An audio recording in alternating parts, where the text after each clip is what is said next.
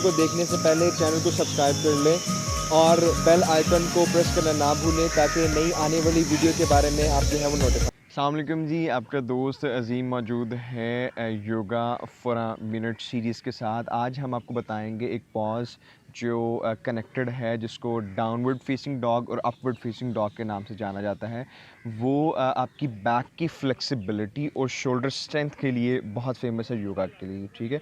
तो आप इसको ज़रूर करें, आपको बहुत फ़ायदा होगा। आपने इस तरह से इस तरह से आपने ये जो कोबरा पोज़ है इसमें आना, लेकिन आपके घुटने जो हैं वो उठे होंगे, ज़मीन से उठे होंगे। ये है जी अपवर्ड फेसिंग डॉग, ठीक है। इसको आपने कुछ देर रहना है, यहाँ 30 सेकेंड। उसके बाद आपने इसी पे मूव करना है और नीचे की तरफ जो है आपने आ जाना है डाउनवर्ड फेसिंग डॉग पे।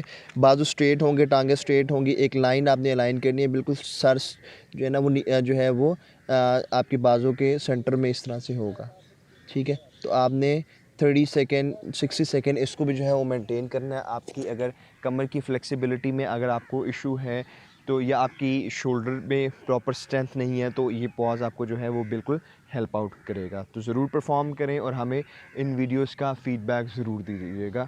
वीडियो देखने का शुक्रिया। अल्लाह हाफ़िज़।